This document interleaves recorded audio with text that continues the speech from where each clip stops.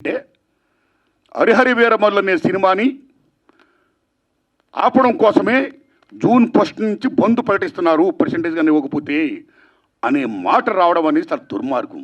It's a trash. అది ఉత్తిది, అది correct కాదు. అందులో కుట్ర ఉంది.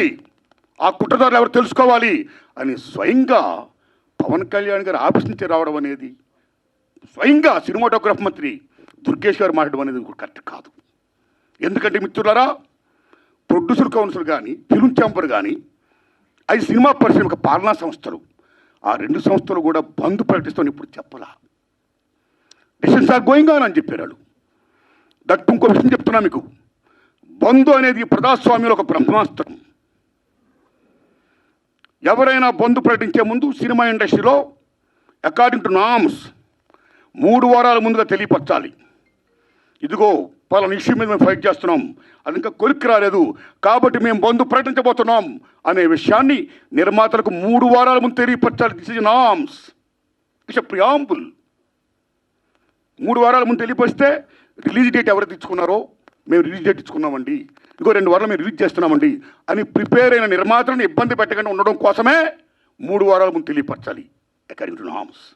సో జూన్ 1 బంద్ ప్రకటిస్తే ఒకవేళ జూన్ 12 అంటే 2 వారాలు కూడా కాదు కదా. ఏ రకంగా మీకు హరిహర వీరమల్లుకి అది వర్తింపు చేస్తుందండి? అది కరెక్ట్ కాదు. పవన్ కళ్యాణ్ గారి మీద ఎవరైనా కుట్ర పంటారు. తెలుగు చలనచిత్ర పరిశ్రమలో విశ్వవిఖ్యాత నట సార్వభౌమ ఎన్టీ రామారావు గారు, భారతదేశంలో ఎన్టీఆర్ మన తెలుగు జాతిని ఖ్యాతిని చేసిన మహనీయుడు. As a politician, as a CM, like this anything else. ఎంత గర్విస్తామో.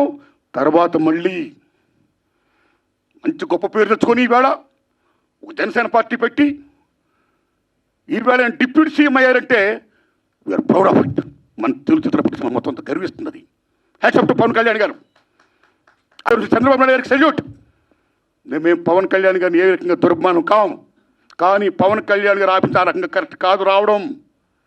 ఓకే, వచ్చిందనుకోండి, ఇష్యూ వస్తే మహాత్మా గాంధీ ఏమన్నాడు? ప్రపంచ యుద్ధాలను కూడా చర్చల ద్వారా ఆపొచ్చు అన్నాడు ఆయన. ఒక సీఎం, ఒక డిప్యూటీ సీఎంగా మీరు అక్కడ సీఎం చంద్రబాబు నాయుడు గారితో మాట్లాడి హరిహర వీరమల్లు అనే టాపిక్ మీరు ఎత్తకుండా, ఓకే మీ ఇండస్ట్రీ కష్టాల్లో ఉన్నప్పుడు రండి, మన సిట్టింగ్ చేసుకుందాం రండి, మాట్లాడుకుందాం రండి అని చెప్పుంటే ఒక పెద్ద రోల్ ప్లే చేసి ఉంటే ఒక చలనచిత్ర పరిశ్రమ బిడ్డగా మిమ్మల్ని మేము ఎంత గౌరవించేవాళ్ళం సార్. ఎంత బాగుండేది సార్, ఎంత బాగుంటుంది సార్. ఆ పని చేయండి సార్ పవన్ కళ్యాణ్ గారు. ఎందుకంటే పర్సెంటేజ్ సిస్టమ్ వల్ల ఇండస్ట్రీ ఇవాళ చాలా మేలు జరుగుతుందండి. పర్సెంటేజ్ సిస్టమ్ లేకపోవడం వల్ల ఇండస్ట్రీ సగటు నిర్మాత మొత్తం కొలాప్స్ అయిపోతున్నారండి ఇవాళ. మీరు నమ్మండి సార్.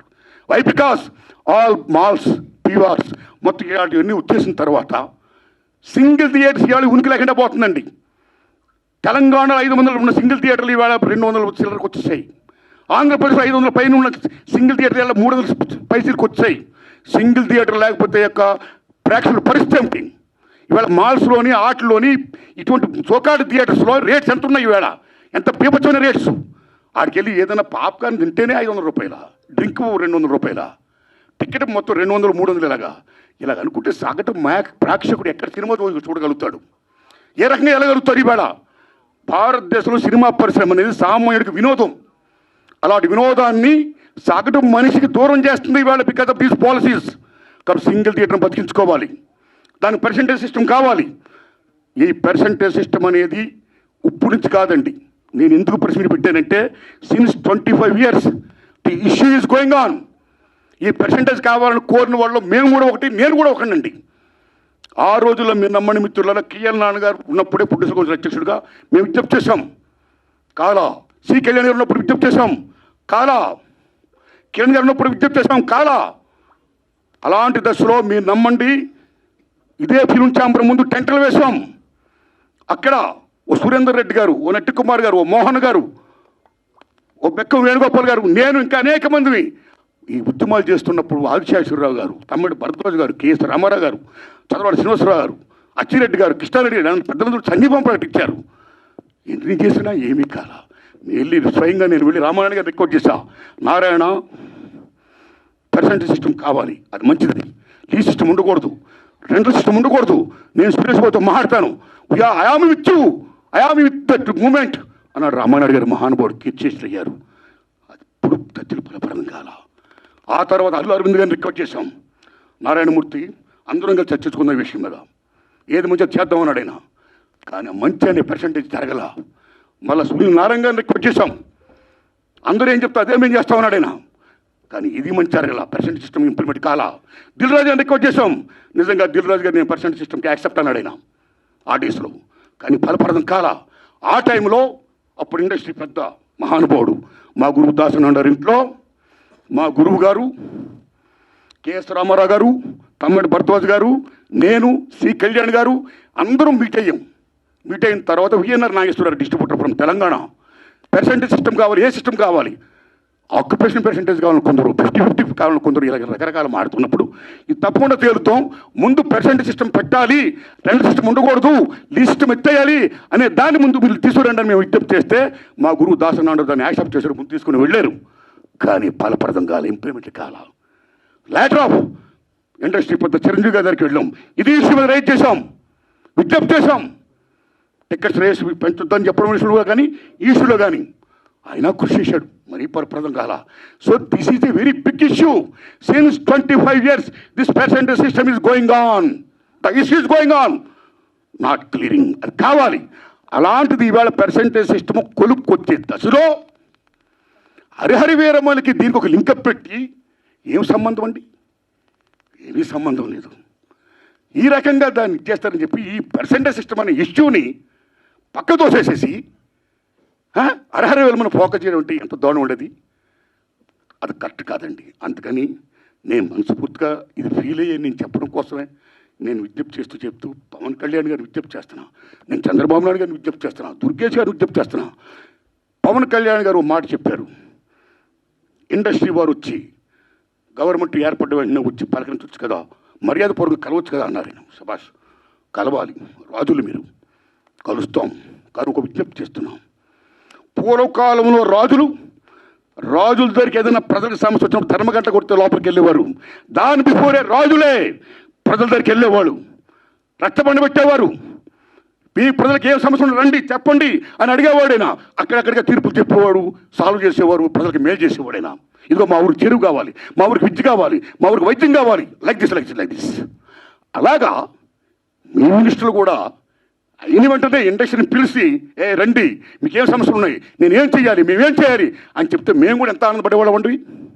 మేము మీ బిడ్డలు అండి, the children of the state. మేము మీకు ఓట్లు వేసిన వాళ్ళమి, మిమ్మల్ని లెక్కించిన వాళ్ళమి, మీ బిడ్డలు మేము.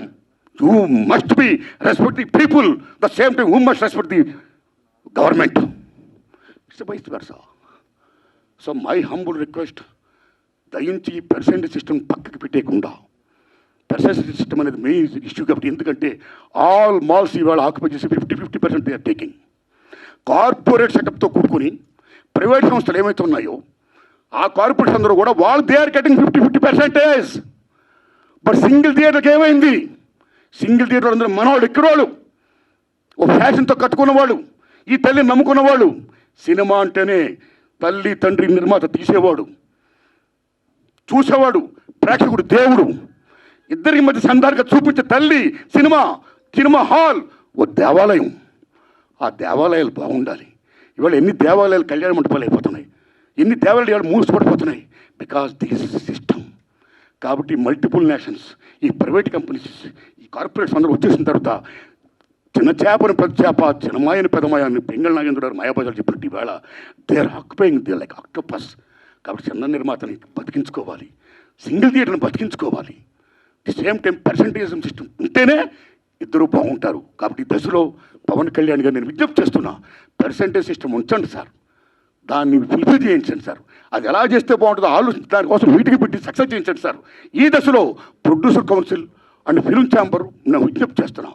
ఆల్రెడీ మీరు విశాఖపట్నంలో మీటింగ్ అయ్యారు. ఏ మీటింగ్ చేసుకున్నా సరే 25,000 బట్టి రావణ కాష్టంలా కాలుతున్న ఏ పర్సెంటేజ్ సిస్టమ్ అయితే ఉందో దాన్ని మీరు మళ్ళీ పక్కకి దోసేయకుండా, ఏదేదో దాన్ని అడ్డం పెట్టి దాన్ని మళ్ళీ అడ్రస్ లేకుండా చేయకుండా ఆ పర్సెంటేజ్ సిస్టమ్ విషయంలో కొలుక్కొచ్చి ఇంప్లిమెంట్ చేసి సగటు నిర్మాతను బ్రతికించండి. అప్పుడే మా సినిమాలు చూస్తారు జనం, లేకపోతే ఓటీలు చూస్తారండి. ఇవాళ మాలా జనం రావాలంటే బడుగు బలహీన వర్గాలు రావాలంటే ఎక్కడ వస్తారండి? వాళ్ళ కొలత డబ్బులు పెట్టి ద కాంట్ కమ్. ఆ ఓటీలు వస్తుంది చూద్దాంలే. ఎన్ని సినిమాలు ఇవాళ బాగా ఆడుతున్నాయండి? పర్సెంటేజ్ సిస్టమ్ ఎంత తగ్గిపోయిందండి. కాబట్టి సినిమా బతకాలన్నా, సగటు నిర్మాత బతకాలన్నా, 80% ఆఫ్ ఇండస్ట్రీ బతకాలన్నా మనుగడ ఉండాలి. సరే, పర్సెంటేజ్ సిస్టమ్ కావాలి. ఆ సిస్టమ్ కోసం పెద్దలందరూ కృషి చేయాలి. Film chamber and producer council ఆ విషయంలో నిర్ణయం తీసుకోవాలి. గవర్నమెంట్ మనం కలాలి. గవర్నమెంట్ అపాయింట్మెంట్ అంతగా ఆనందం పెట్టండి. మీరు వెళ్ళండి, కలవండి, మన డిమాండ్స్ చెప్పండి, పర్సెంటేజ్ సిస్టమ్ కావాలి, ఇంప్లిమెంట్ చేయండి అని విజ్ఞప్తి చేయండి. అదే నా విజ్ఞప్తిగా భావిస్తూ ఇక రేట్లు మాట్లాడింది వచ్చిందా? Thank you. మైక్ రాలేదంటే ఇంకా ఈ రేట్ల విషయం మాట్లాడేసి నిన్న పని చూసుకుంటానని మిమ్మల్ని డిస్టర్బ్ చేయనండి. సురేష్ అన్న, రేట్లు చాలా ఇంపార్టెంట్ అండి. మీరు నమ్మండి, భారతదేశంలో 1961 తర్వాత థియేటర్లో ఏ రేట్లు పెట్టాలి, ఎలా పెట్టాలి, భారతీయుల యొక్క తలసరి ఆదాయాన్ని బట్టి, జీవన ప్రమాణాలను బట్టి రేట్లు నిర్ణయించినప్పుడు గవర్నమెంట్ ఒక కమిటీని వేసి ఓ నేల, ఓ బెంచి, ఓ కుర్చీ, ఓ బాల్కనీ లైక్ తరగతులు సృష్టించింది. ఈవేళ నేల లేదు, బెంచీ లేదు, ఒకటే క్లాసు లేకపోతే 2 క్లాసులు, మొత్తం థియేటర్స్ మొత్తం ఆ రకంగా చేసేసారు. ఓకే, ఇక రేట్లు అనేది ఏమవుతున్నాయో సిస్టమ్ ప్రకారం గవర్నమెంట్ ఏదైనా ఒక రేటు పెడితే ఆ రేట్ని అందరూ కూడా హానర్ చేయాలి. అలాగ హానర్ చేయకుండా ఈ మధ్య కాలంలో చాలామంది భారీ చిత్రాలు తీసిన నిర్మాతలు వాళ్ళు వేల కోట్లు పెడుతున్నారు. ఓకే, హ్యాట్సప్, సెల్యూట్, కేపబిలిటీ ఉంది, పెడుతున్నారు, మనం గర్విస్తున్నాం, సంతోషమే. కానీ అలా పెట్టే నిర్మాతలు చాలామంది ఏం చేస్తున్నారంటే, మా సినిమాకి చాలా ఖర్చు అయిపోయింది కాబట్టి రిలీజ్ ముందు రేట్లు ఎక్కువ పెంచితే మేము సేఫ్ అవుతాం అని ఒకటి పెట్టడం వల్ల, నిజం చెప్పండి తమ్ముళ్ళారు, మీరు నిజం చెప్తున్న ప్రేంగా, ఆ రకంగా పెట్టడం వల్ల దానికి గవర్నమెంట్ యాక్సెప్ట్ చేయడం వల్ల మామూలు హారం జరగట్లా సగటు చిత్రానికి. అలాగే ప్రేక్షకులకు డబ్బు ఎంతమంది దగ్గర ఉంటుందండి? పేదవాడికి సినిమా కూడా ఉంటుంది, డబ్బు ఉన్నవాడికి సినిమా కూడా ఉంటుంది. డబ్బు ఉన్నవాళ్ళు హ్యాపీగా చూడగలుగుతారు, పేదవాళ్ళు ఎక్కడ చూస్తారండి? అప్పు సప్పులు చేసి మరీ చూస్తారండి. ఇంత రేట్లు పెంచిస్తే పాప్కార్న్ బీభత్సం రేటు చూస్తే కనీసం 1000 రూపాయలు 1500 ఉంటేనే కానీ వేళ సినిమా చూడలేకపోతున్నాడండి. సో సగటు ప్రేక్షకుడికి వినోదం అనేది చాలా చౌకగా వచ్చే సినిమా ఈవేళ కాస్ట్ అయిపోతే ఈ రేట్లు పెట్టడం వల్ల అదేం ధర్మం అండి? ఇదేం సంక్షేమ రాజ్యం అండి? What are respecting the system of the government. ఒక రేట్లు పెడితే ఎవరికైనా రేట్లు అలాగే హానర్ చేయాలి. వై? బికాస్ మీరు భారీ బడ్జెట్లు పెడుతున్నారు, పెట్టుకోండి, మీరు గొప్పగా తీస్తున్నారు, తీయండి, మేము గర్విస్తున్నాం. ప్రేక్షకుడికి ఎన్ని ఎందుకండి? సినిమా బాగుందో లేదా, దట్స్ ఆల్. సినిమా బాగుంటే చూస్తాడు, చూడడం. రేట్లు పెట్టడం పెట్టకపోవడం అనేది అది మీ ఇంట్రెస్ట్ బట్టి ఉంటుంది. భారీ సినిమాలు తీస్తున్నారు, ఓకే, సెల్యూట్. దాన్ని వాళ్ళ మీద రుద్దకూడదు. బాగుంటే ఆ డబ్బులు వాళ్ళు ఏం పెడుతున్నారు, ఆ డబ్బుతో మీరు కోట్లు సంపాదించవచ్చు. ఉదాహరణ, హాలీవుడ్లో 10 కమాండ్మెంట్స్ సిసిల్ పెట్టి ఇమ్మీడియట్ తీశాడైనా, మామూలు బడ్జెట్ కదా, వేలాది కోట్ల సినిమా పెట్టి తీశాడైనా. అండ్ బెన్హార్ వేలాది కోట్లు పెట్టి తీశాడు ఆ సినిమాలు. మీరు నమ్మండి, 2 సినిమాలు కూడా బీభత్సమైన hits. And gone with the wind. ఆ సినిమాలకి ఆ రోజుల్లో కోట్లు ఖర్చు అయితే మళ్ళా కోట్లు చేసి మీరు నమ్ముతారా తమ్ముళ్ళారా? గూడ్స్ బళ్ళల్లో డబ్బులు తీసుకొని వెళ్ళేవారు. అదే రేట్లు. మేము 10 కమాండ్మెంట్ తీసాం, మేము బెన్హార్ తీసాం, చాలా ఖర్చు పెట్టాం, కాబట్టి రేట్లు పెంచండి అని అడగలా. కమ్ టు హిందీ ఫీల్డ్, కేఎస్ఎఫ్ మొగలేజాం అని జీపీ సిప్ గారు షోలే. మామూలు సినిమాలో మొగలేజాం మీరు నమ్మండి 9 years తీసాడైనా. అప్పు సప్పు చేసి మొత్తం పేపర్ మామూలు బడ్జెట్ కాదు. ఆ సినిమా రిలీజ్ అయ్యే ముందు నేను చాలా అప్పు సప్పులు అయిపోయాను, 9 years పట్టింది, చాలా కోట్లు పెట్టేశాను, నాకు రేట్లు పెంచండి అని కేఎస్ఎఫ్ గారు అడగలా. సిస్టమ్, ఈ రెస్పెక్టెడ్ సిస్టమ్. ఏం రేట్లు ఆ రేట్లో సినిమా రిలీజ్ చేశాడైనా. మీరు నమ్మండి, సినిమా బీభత్సమైన హిట్. నమ్ముతారా తమ్ముళ్ళరా? Ben Hur and 10 commandments. గూడ్స్ బళ్ళల్లో డబ్బులు లాభాలు తీసుకొని పెడితే లారీల్లో లాభాలు తీసుకుని వెళ్ళాడు కేఎస్ఎఫ్ గారు. మొగలైజాం అంటే సినిమా బాగుంటే లాభాలు వస్తాయి, మీరు ఎన్ని కోట్లని పెట్టండి. So come to Telugu field. Lava Kusa Shankar Reddy garu తీశారు, 5 ఏళ్ళు పట్టింది, నాకు 5 ఏళ్ళు పట్టింది, నాకు చాలా ఖర్చు అయిపోయింది అని శంకర్ రెడ్డి రేట్లు పెంచుకొని అడగలా. సినిమా రిలీజ్ అయింది, మీరు నమ్ముతారా? 5 years పైన సినిమా. ఇప్పుడు దాకా లవ్ కుశ మిత్ర హిట్లే తెలుగు సినిమా ఇండస్ట్రీలో. ఆయన అడగలా డబ్బులు, రేట్లు పెంచుకొని అడగలా. ఏ రేట్లు ఉన్నాయో ఆ రేట్లోనే ఆయన సినిమా రిలీజ్ చేశాడు. మీరు నమ్ముతారు తమ్ముళ్ళరా? ట్రక్కుల్లో లాభాలు వచ్చాయి, బళ్ళల్లో డబ్బులు వచ్చాయి. షోలే జీపీసీ గారు అడగలా, ట్రక్కుల్లో లాభాలు తీసుకున్నాడైనా. కాబట్టి సినిమా బాగుంటే జనం వస్తారండి. మీరు ఇలా రేట్లు పెంచేసుకుంటా ఒక 1 వీక్ ఇలా చేసేసి మళ్ళీ మానేస్తా ఓ థియేటర్కి. నేను ఆటో మీద ట్రావెల్ చేస్తున్నప్పుడు తమ్ముడు మన సినిమా చూసేవాళ్ళ, తమ్ముడు ఏ సినిమా చూసామంటే సినిమా చూడాలి ఉందండి, కానీ చాలా రేట్లు పెట్టేశారండి ఫస్ట్ వీక్. నా ఫేవరెట్ యాక్టరే కానీ డబ్బులు లేవు, అప్పు చేయాలంటే కష్టంగా ఉంది, చూడలేకపోతున్నానండి. ఆ రకంగా ఎంత డ్యామేజ్ అవుతుందంటే సినిమాకి. ఇప్పుడు ఎందుకంటే రేట్లు పెంచుతారు? ఒక నామ్స్ ఉన్నాయని, you must respect the norms, you must respect the system. And అన్నింటి మించి సంక్షేమ రాజ్యం ఉంది. ఏ సగటు ప్రేక్షకుడు ఉన్నాడో ఆ సగటు ప్రేక్షకుడు భారతదేశంలో సినిమాయే వినోదం. ఆ వినోదం దూరం చేయకండి ఈ రకంగా పెట్టి. సో దిస్ ఈజ్ ఒక మాల్ ప్రాక్టీస్. ఒక రకంగా చెప్పాలంటే దిస్ ఈజ్ నేను నమ్మని తమ్ముళ్ళరా, ఈ భారీ చిత్రాలు చేస్తున్న నిర్మాతలు, government is doing a black marketing in the name of rising the rates. Correct కాదు. అలా పెంచకుండా అందరికి ఒకలా సిస్టమ్ పెట్టి సగటుని మాత్రం బతికించి పెర్సెంటేజ్ సిస్టమ్ కాపాడండి. అది వచ్చినట్టు చెయ్యండి. ఆ రకంగా మీరు అందరూ పెద్దలందరూ కూర్చొని మాట్లాడుకొని మేలు చేయండి. ఇది నా విజ్ఞప్తి. Thanks a lot. ధన్యవాదాలు అండి మీకు. Thanks a lot.